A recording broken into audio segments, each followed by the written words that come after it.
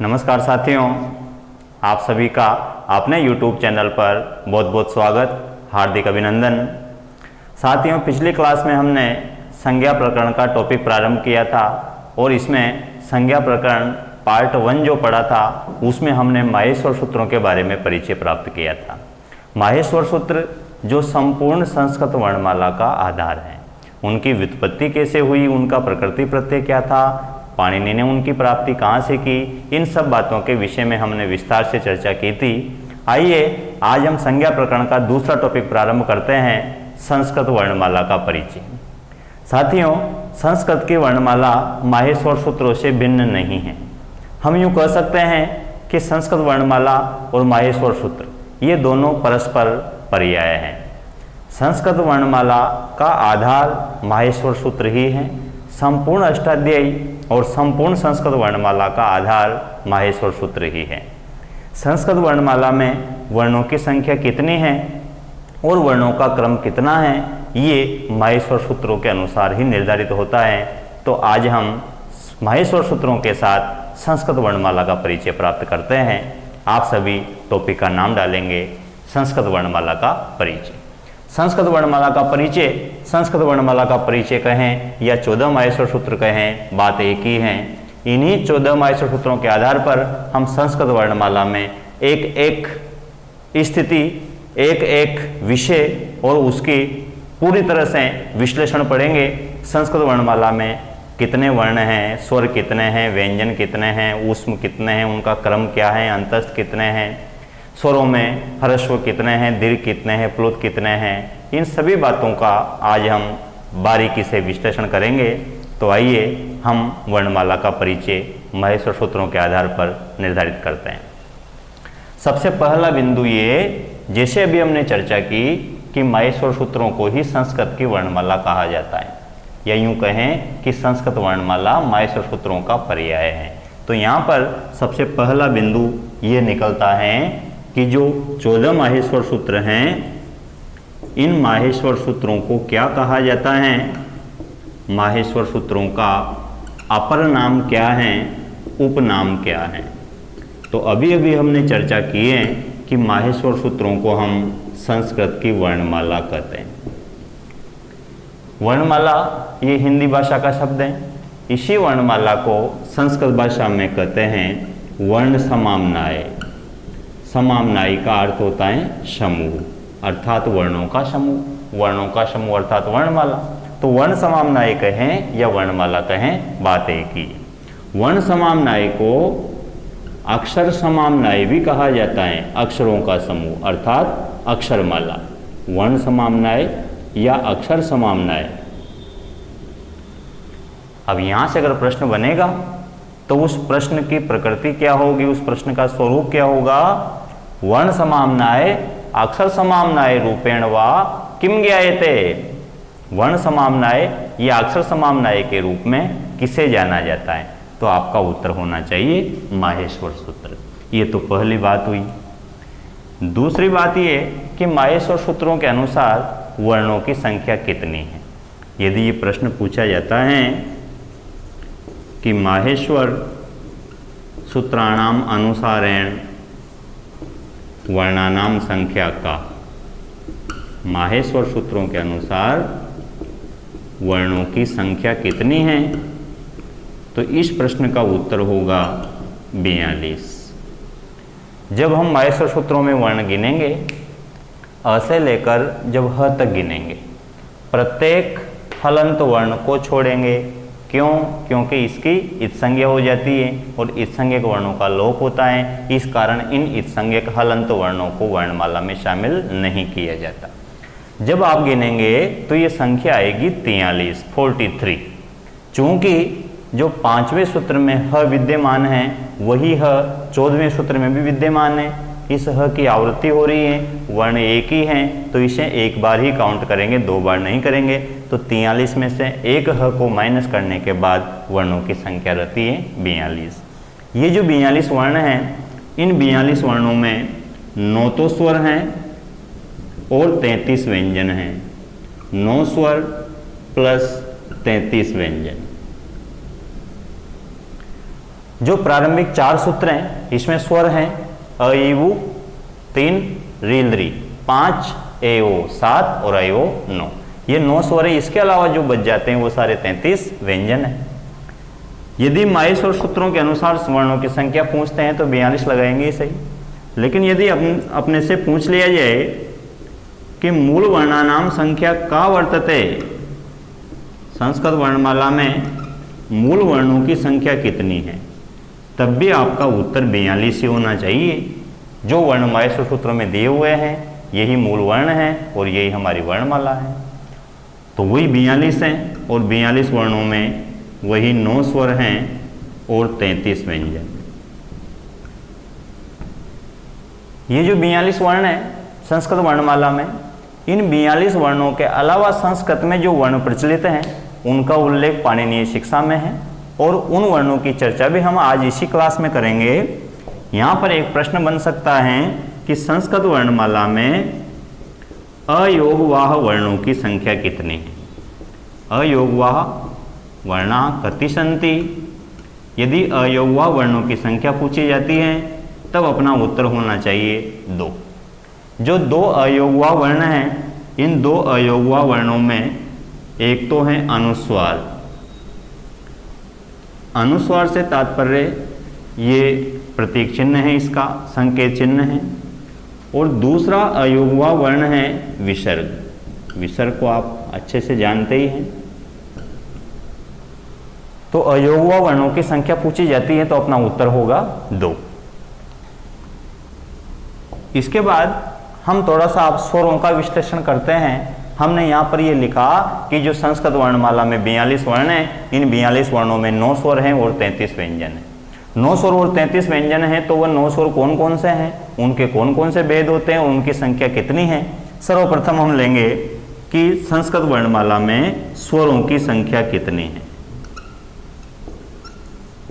स्वरों की संख्या के विषय में अभी अभी हमने चर्चा की थी कि स्वरों की संख्या 9 है और 9 स्वर हैं तो वह 9 स्वर कौन कौन से हैं, अ ऊं से लेकर ए ओज तक। यहाँ तक जो स्वर हैं वो सब, यहाँ तक जो वर्ण हैं वो सब स्वर हैं। इनमें सर्वप्रथम अ ई उ, फिर ण को छोड़ देंगे क्योंकि इत्संज्ञक हैं। उसके बाद दूसरे सूत्र पे आते हैं रील री, क को छोड़ देंगे क्योंकि वो इत्संज्ञक हैं।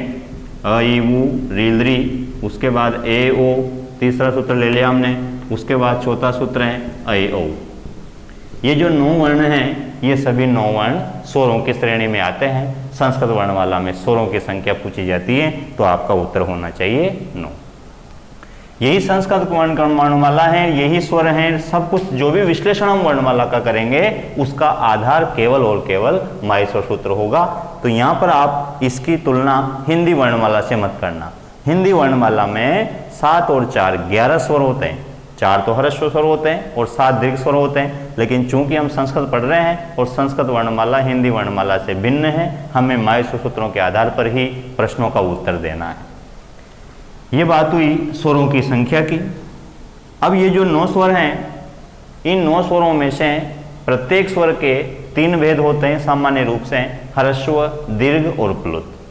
3 भेद होते हैं। तो इनमें से ह्रस्व कितने हैं, दीर्घ कितने हैं और प्लुत कितने हैं, उनकी संख्या यदि पूछी जाती है तो हमारा उत्तर क्या होगा, देखते हैं।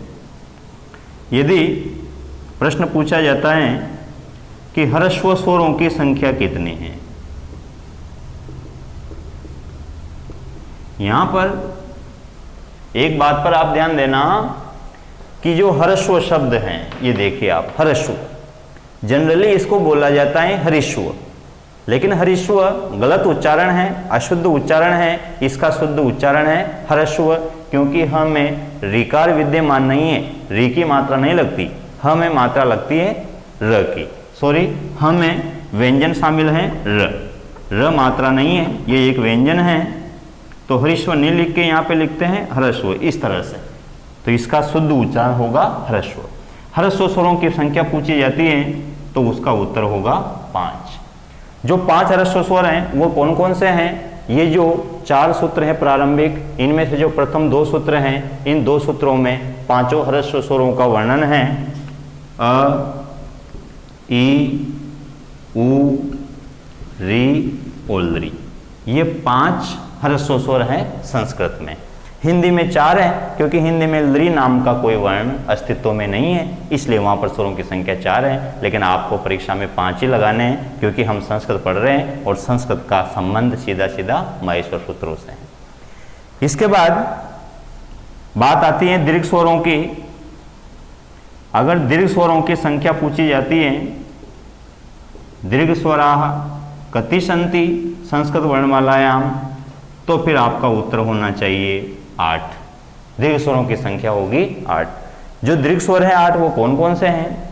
देखिए, अ का दीर्घ होगा आ, ये पहला दीर्घ स्वर। अब दीर्घ की परिभाषा क्या है, ह्रस्व की परिभाषा क्या है, ये हम अगली जो क्लास होगी उसमें स्वरों के भेद पढ़ेंगे।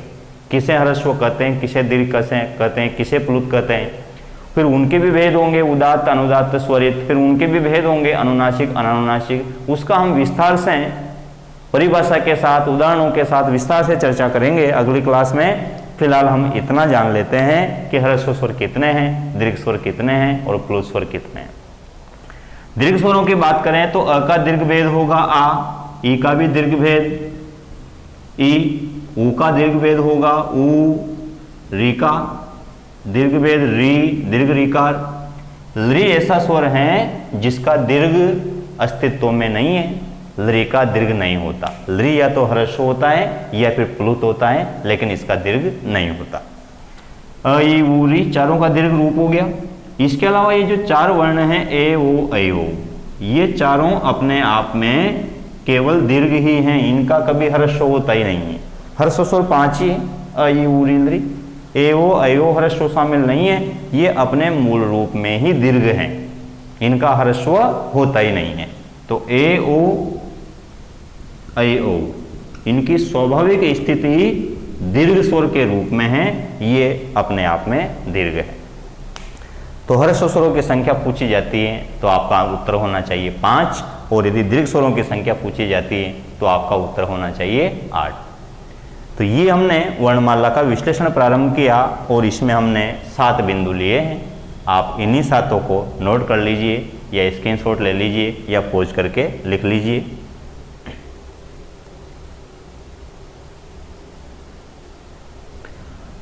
साथियों, अब यहाँ से आगे बढ़ते हुए हम प्लुत स्वरों की ओर चलते हैं। ह्रस्व स्वरों की संख्या हमने 5 पढ़ी है, दीर्घ स्वरों की संख्या हमने 8 पढ़ी है। अब प्लुत स्वरों की संख्या कितनी है, प्लुत स्वरों के बारे में जानकारी प्राप्त करते हैं। प्लुत का अर्थ है त्रिमात्रिक स्वर। जिस वर्ण को या जिस स्वर को बोलने में एक मात्रा का समय लगता है वह दीर्घ कहलाता है, वह ह्रस्व कहलाता है। जिस स्वर को बोलने में 2 मात्रा का समय लगता है वह दीर्घ कहलाता है, और जिस स्वर को बोलने में कम से कम 3 मात्रा का समय लगता है वह प्लुत कहलाता है।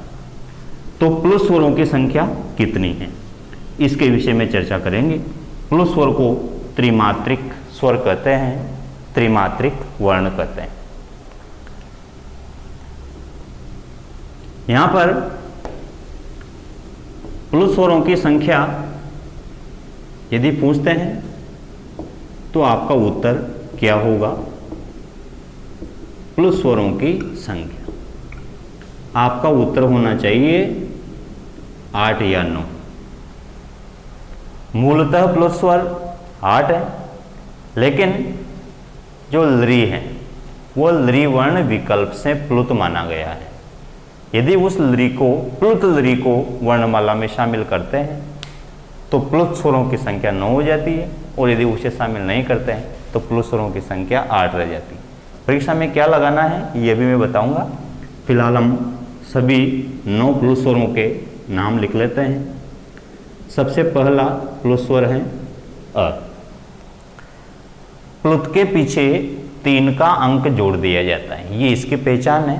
3 का अंक क्यों जोड़ते हैं? क्योंकि प्लुत त्रिमात्रिक होते हैं। उच्चारण कैसे होता है अगली क्लास में पढ़ेंगे, फिलहाल मैं बता दूं। जैसे अ है, उसका दीर्घ रूप आ और प्लुत रूप इस रूप है। एक बात तो ये कि जो आप प्लुत का चिन्ह लगाते हैं वो अ के पीछे भी लगा सकते हैं और आ के पीछे भी लगा सकते हैं। ये वर्ण एक ही माना जाएगा। अ को भी प्लुत रूप में उच्चारण कर सकते हैं और आ को भी प्लुत के रूप में उच्चारण किया जा सकता है। जैसे अ ह्रस्व, आ दीर्घ, अ आ ये होगा प्लुत, आ ये होगा प्लुत। तो जिसको बोलने में कम से कम 3 मात्रा का समय लगेगा वही प्लुत होगा, चाहे आप ह्रस्व में 3 मात्रा का समय लगाओ या दीर्घ में 3 मात्रा का समय लगाओ, वो अ के ही भेद हैं, उसकी संख्या एक ही मानी जाएगी। तो अ और आ ये दोनों का जो प्लुत रूप है ये 2 वर्ण नहीं है, ये एक ही वर्ण है। तो आप अ के आगे भी प्लुत का चिन्ह लगा सकते हो और आ के आगे भी प्लुत का चिन्ह लगा सकते हो। अब यहां पर ये तो पहला अपना प्लस स्वर हुआ अ। दूसरा प्लस स्वर है ई। ह्रस्व या दीर्घ किसी के भी पीछे प्लुत का चिन्ह लगाया जा सकता है। अ ई उ री लरी, ए ओ आई औ।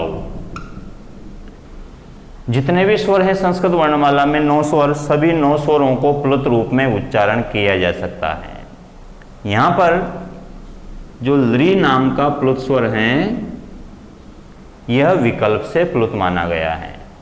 पाणिनीय शिक्षा में इसके विषय में स्पष्ट कहा है कि लृकारो प्लुत एव वा, लृकार को विकल्प से प्लुत माना गया। विकल्प से प्लुत मानते हैं तो प्लुत स्वरों की संख्या 9 हो जाती है और यदि इसको नहीं मानते हैं तो प्लुत स्वरों की संख्या 8 रह जाती है।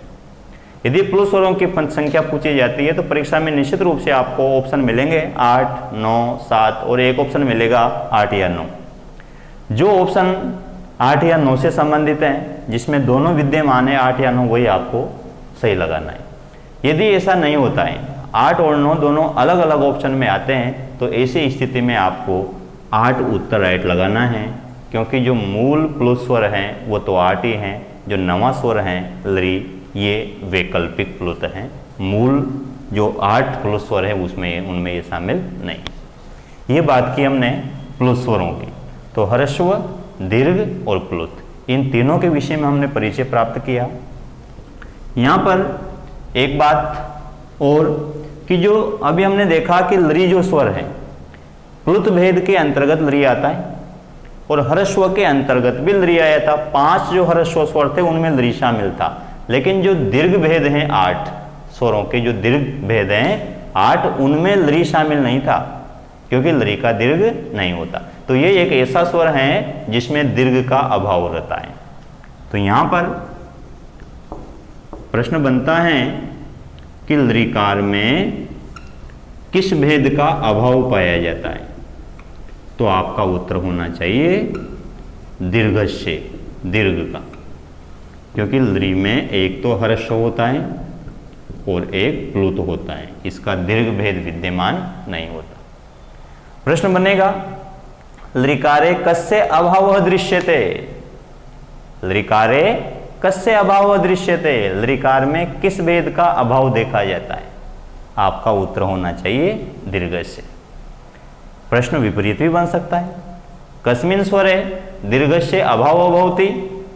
किस स्वर में दीर्घ का अभाव होता है? तो फिर आपका आंसर होगा लृकार या लृ। और आगे बढ़ते हैं। एच वर्णों में अभाव, एच वर्णों में किस भेद का अभाव पाया जाता है?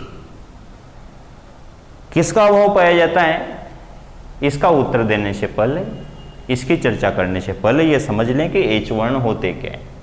एच से तात्पर्य है ए से लेकर च तक। ये एक प्रत्याहार है, जैसे यण प्रत्याहार है उसी तरह से ए से लेकर च तक।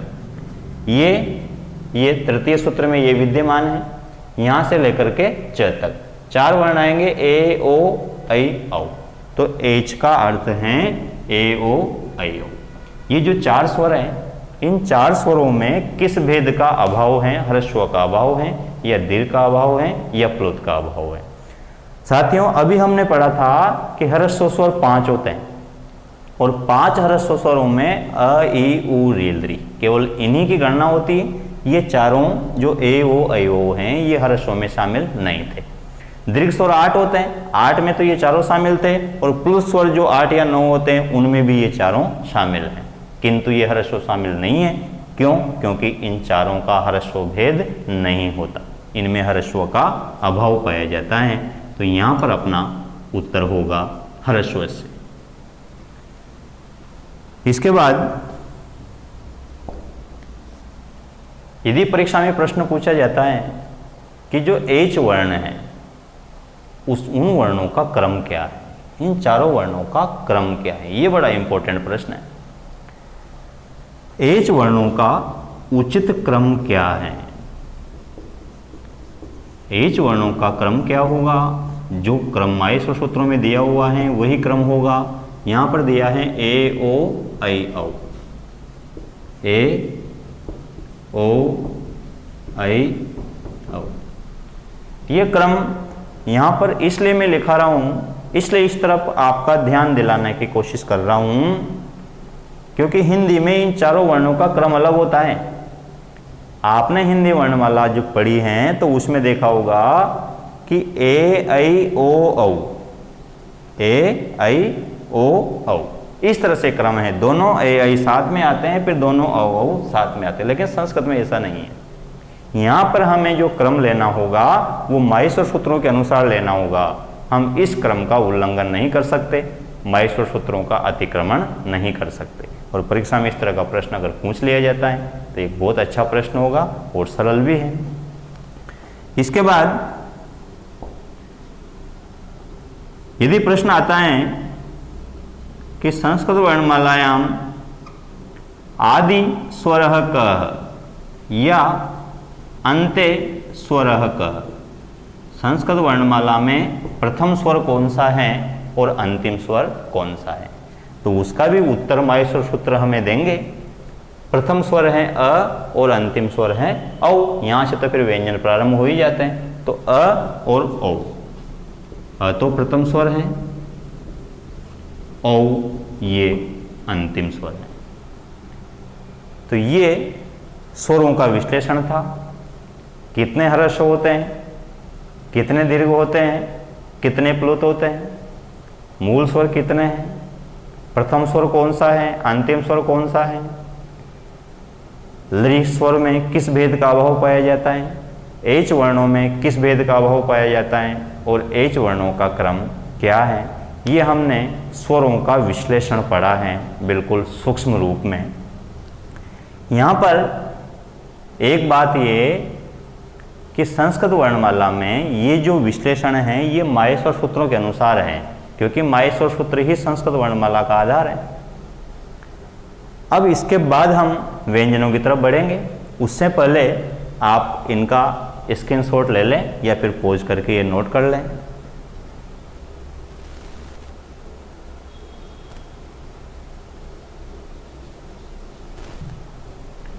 साथियों, इसके बाद एक और बात कि जो माहेश्वर सूत्रों के अनुसार 42 वर्ण हमने पढ़े, इसके अलावा एक ग्रंथ है पाणिनीय शिक्षा, जो आचार्य पाणिनि की रचना है। पाणिनीय शिक्षा एक लघुकाय ग्रंथ है जिसमें केवल 60 श्लोक हैं। उस पाणिनीय शिक्षा का संबंध भी वर्णमाला से है, उस ग्रंथ का संबंध भी वर्णों के उच्चारण से है। उसमें भी ये बताया गया है कि ध्वनि की उत्पत्ति प्रक्रिया क्या है, वर्णों की संख्या कितनी है, किस वर्ण के कितने कितने भेद होते हैं, ये सब उसमें विस्तार पूर्वक वर्णन किया गया है। तो यहाँ पर अगला जो अपना बिंदु आता है, अगला बिंदु ये है कि जो पाणिनीय शिक्षा है, उस पाणिनीय शिक्षा के अनुसार संस्कृत वर्णमाला में वर्णों की संख्या कितनी है। ये बड़ा इंपॉर्टेंट प्रश्न है और ये प्रश्न परीक्षा में पूछा भी गया है। पाणिनीय शिक्षायाः अनुसारम संस्कृत वर्णमालायाम कति वर्णा सन्ति। यदि ये प्रश्न पूछा जाता है तो आपका निश्चित रूप से उत्तर होना चाहिए 63 या 64। आया वो प्रश्न है पाणिनीय शिक्षाया अनुसारम संस्कृत वर्णमालायाम कति वर्णा सन्ति? आपका उत्तर होगा 63 या 64। माहेश्वर सूत्राणाम अनुसारम संस्कृत वर्णमालायाम कति वर्णा सन्ति? तो आपका उत्तर होगा फिर 42। अब इसके पीछे क्या प्रमाण है? पाणिनीय शिक्षा में एक पंक्ति स्पष्ट रूप से मिलती है वर्णों की संख्या से संबंधित। वर्णों की संख्या से संबंधित जो पंक्ति है वो पंक्ति मैं यहाँ उदाहरण के रूप में ले रहा हूँ। वहाँ लिखा है कि त्रिषष्टि चतुःषष्टि वा, त्रिषष्टि चतुःषष्टि वा वर्णाः शंभुमते मता। इस पंक्ति का अर्थ ये हुआ कि शंभुमते, शंभु के मत में, शंभु अर्थात शिव, भगवान शिव के मत में त्रिषष्टि, त्रिषष्टि का अर्थ है 63, 3 और 60, 63, चतुष्षष्टि वा या फिर 64 वर्णामता वर्ण माने गए हैं। तो पाणिनीय शिक्षा ग्रंथ के अनुसार वर्णों की संख्या है 63 या 64।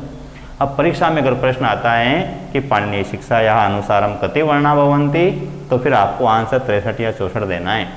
ऐसा नहीं होगा कि एक ऑप्शन में 63 लिखा हुआ है, दूसरे ऑप्शन में 64 लिखा हुआ है, ऐसा प्रश्न नहीं आएगा। क्यों?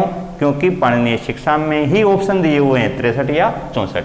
पिछली बार प्रश्न आया था तब भी दोनों एक साथ थे, ये आपको एक ही ऑप्शन में मिलेंगे, अलग अलग ऑप्शन में मिलेंगे तो वो क्वेश्चन निश्चित रूप से डिलीट होगा, वो उचित नहीं है। ये निश्चित रूप से आप ध्यान रखेंगे, ये दोनों आपको एक साथ लगाने। ये बात हुई पाणिनीय शिक्षा के अनुसार वर्णों की संख्या।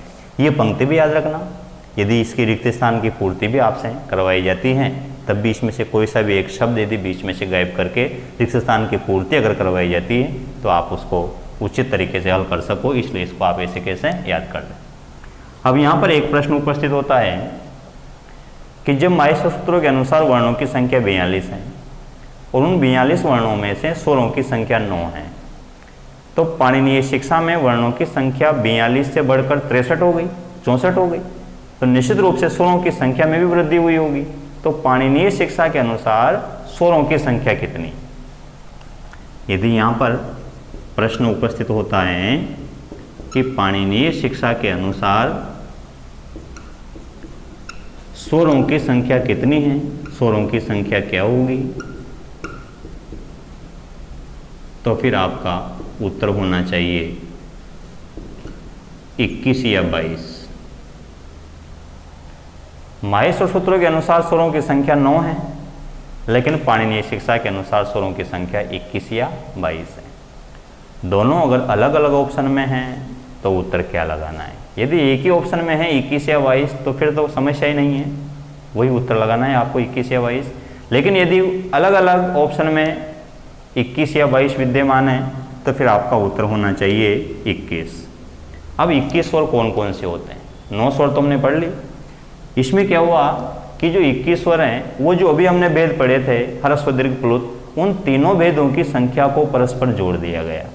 जैसे हमने अभी पढ़ा था कि ह्रस्व स्वरों की संख्या 5 है, प्लस दीर्घ स्वरों की संख्या 8 है, प्लस प्लुत स्वरों की संख्या 8 या 9 है। इनको आपस में जोड़ दिया, 5 और 8 13, 13 और 8 21, तो 21 स्वर हो गए। अब यदि प्लुत को 9 मानते हैं, अर्थात जो लृ स्वर हैं उसका प्लुत भेद भी यदि गिना जाता है तो जैसे यहाँ 9 मानेंगे तो यहाँ पर संख्या हो जाएगी 22। चूंकि वो वैकल्पिक है इसलिए मूल स्वरों की जो संख्या है पाणिनीय शिक्षा के अनुसार वो है 21। आपको आंसर देना है 21। तो ये दो बातें और आपको ध्यान रखनी है, एक तो पाणिनीय शिक्षा के अनुसार कुल वर्णों की संख्या कितनी है, और एक बात ध्यान रखनी है कि पाणिनीय शिक्षा के अनुसार स्वरों की संख्या कितनी है। यहाँ पर निश्चित रूप से आपकी जिज्ञासा हो रही होगी कि 42 वर्ण तो हमें पता है माहेश्वर सूत्रों के अनुसार, लेकिन पाणिनीय शिक्षा में जो 63 या 64 वर्ण दिए गए हैं ये वर्ण कौन कौन से हैं? उन 42 वर्णों के अलावा और कौन कौन से वर्ण हैं ये आपके निश्चित रूप से जिज्ञासा हो रही होगी। इसको हम अगली क्लास में लेंगे, क्योंकि हमें वर्णमाला के और भी बिंदु भी पढ़ने हैं। ये जो पाणिनीय वर्णमाला है इसका विश्लेषण मैं आपको अगली क्लास में विस्तार पूर्वक बताऊंगा। उसमें थोड़ा समय लगेगा, यहाँ बीच में उस तरफ जाना थोड़ा सा विषयांतर की तरफ चले जाना हो जाएगा, अपना क्रम उससे डिस्टर्ब होगा। तो आप यहाँ पर हम व्यंजनों के परिचय पर ध्यान देंगे। ये मैं अगली क्लास में आपको निश्चित रूप से पूरा समझाऊंगा, कौन कौन से वर्ण मिलकर 63 या 64 वर्ण होते हैं। ये तो बात हुई स्वरों की। अब हम बात करते हैं व्यंजनों की। संस्कृत वर्णमाला में व्यंजनों की संख्या कितनी है? व्यंजनों की संख्या यदि पूछी जाती है तो अपना उत्तर होगा 33। माहेश्वर सूत्रों के अनुसार भी व्यंजन 33 ही है और पाणिनीय शिक्षा के अनुसार भी व्यंजन 33 ही है। इनमें कोई अंतर नहीं है।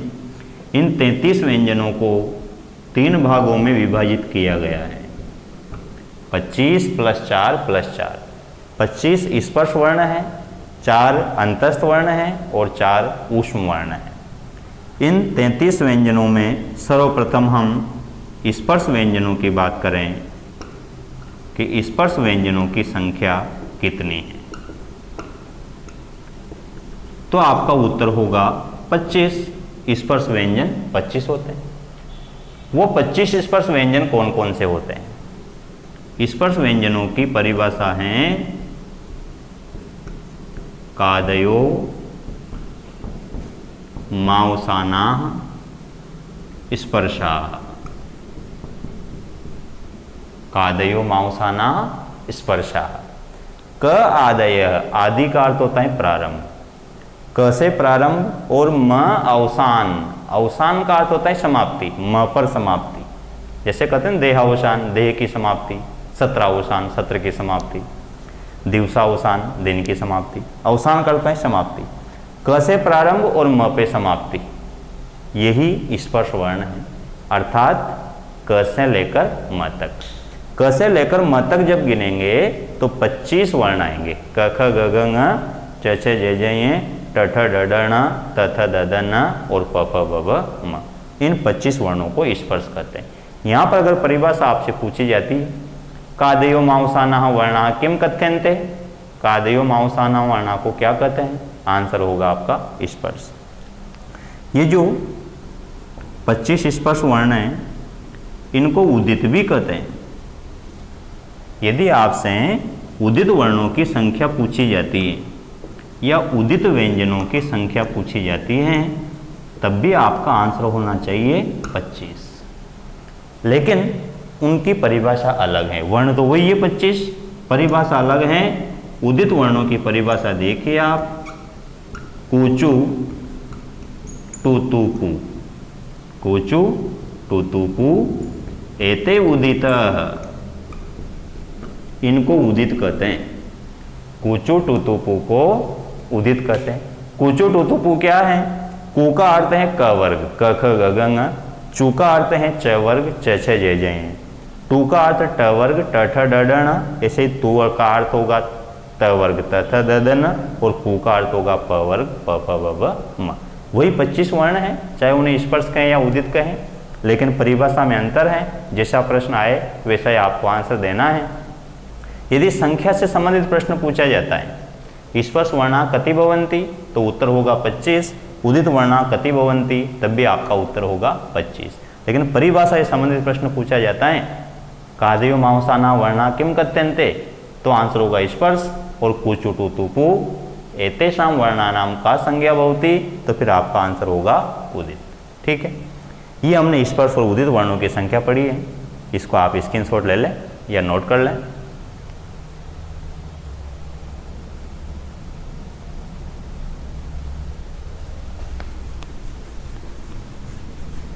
अब यहाँ से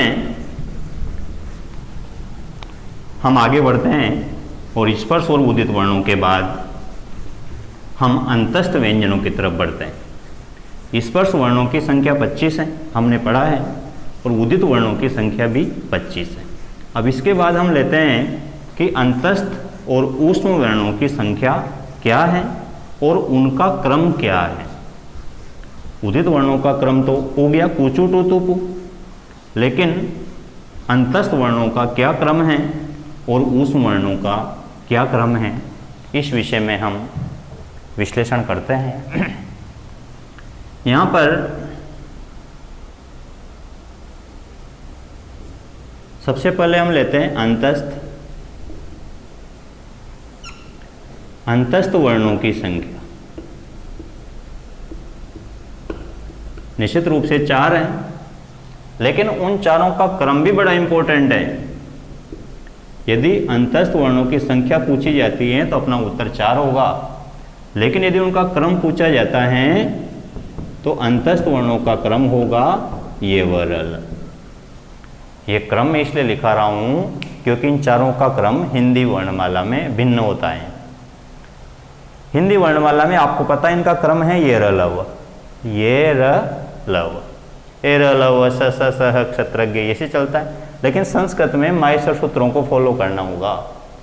ये व र ल, ये प्रश्न परीक्षा में पूछा हुआ प्रश्न है। अंतस्थ वर्णानाम क्रम क वर्तते, तो उसका उचित उत्तर था ये व र ल, ये व र ल। इसी के अनुसार क्रम मान्य होगा, हिंदी का क्रम यहाँ पर मान्य नहीं होगा। अंतस्थ के बाद नेक्स्ट लेते हैं हम ऊष्म। ऊष्म वर्णों की संख्या व क्रम। ऊष्म वर्णों की संख्या है 4 और इनका क्रम है श श श ह। इनका क्रम तो जो हिंदी में है वही संस्कृत में है, यहाँ कोई अंतर नहीं। ये बात हुई अंतस्थ और ऊष्म वर्णों की संख्या की। एक बात हम करें कि संस्कृत वर्णमाला में वर्गीय व्यंजन कितने होते हैं। वर्गीय व्यंजनों की संख्या, आपका उत्तर होना चाहिए 25। वर्गीय व्यंजनों से मतलब है जो 5 वर्गों में आते हैं वही 25 स्पर्श वर्ण, क वर्ग, च वर्ग, ट वर्ग, त वर्ग और प वर्ग, वो 25 हैं। इनको हम कह सकते हैं कोचू टू तुपु, जो 25 उदित वर्ण हैं, स्पर्श वर्ण हैं, वो सभी वर्गीय व्यंजन हैं। जो इन 5 वर्गों में नहीं आते उन्हें हम कहेंगे अवर्गीय व्यंजन। अगर अवर्गीय व्यंजनों की संख्या पूछी जाती है तो फिर आपका उत्तर होगा 8, क्योंकि 33 व्यंजन पूरे हैं।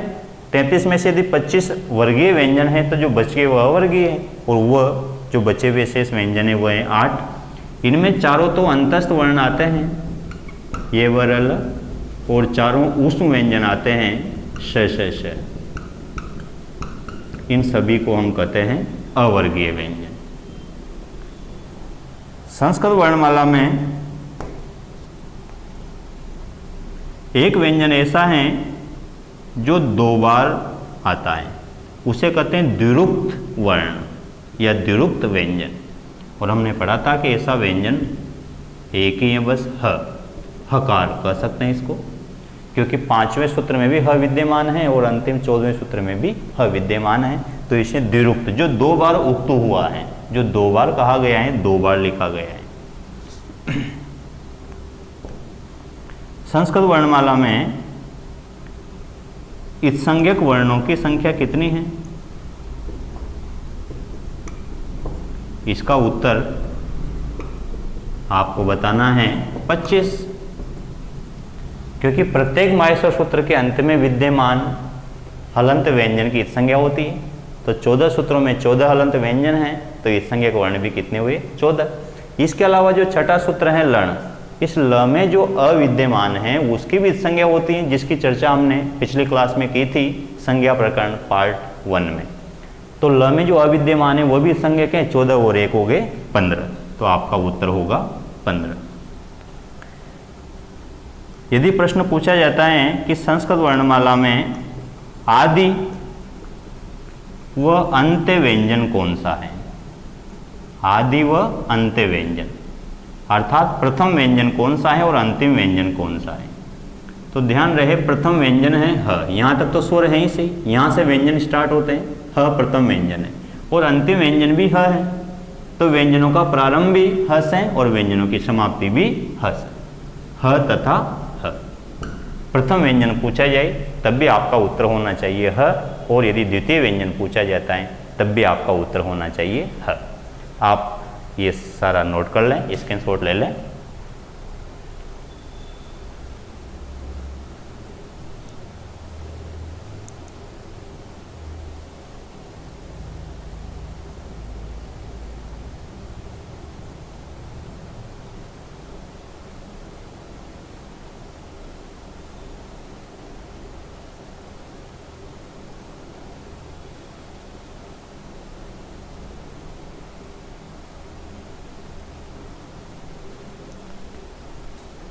हो गया। अब यहां से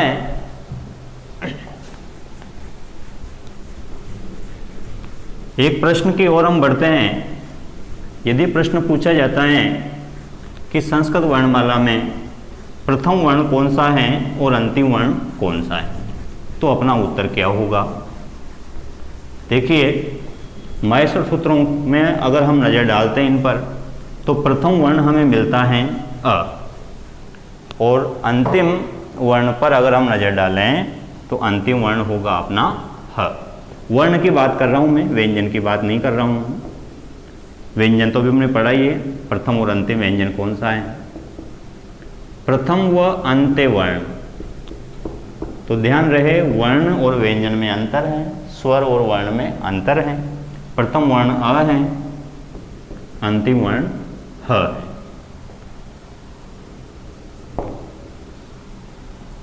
एक बात और कि अगर संस्कृत वर्णमाला में वर्णों का क्रम पूछ लिया आपने से, संपूर्ण वर्णों का क्रम क्या है, ये बड़ा इंपॉर्टेंट है, इस पर ध्यान देना। संस्कृत वर्णमाला में सर्वप्रथम स्वरों का वर्णन है। अ ई उ रील री ए ओ ऐ ओ, ये स्वर हैं।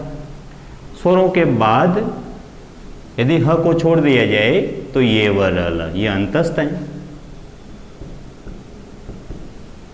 क्योंकि ह की गणना यहाँ उष्म के साथ होगी, श श श है, इसलिए उसको यहाँ गिनेंगे।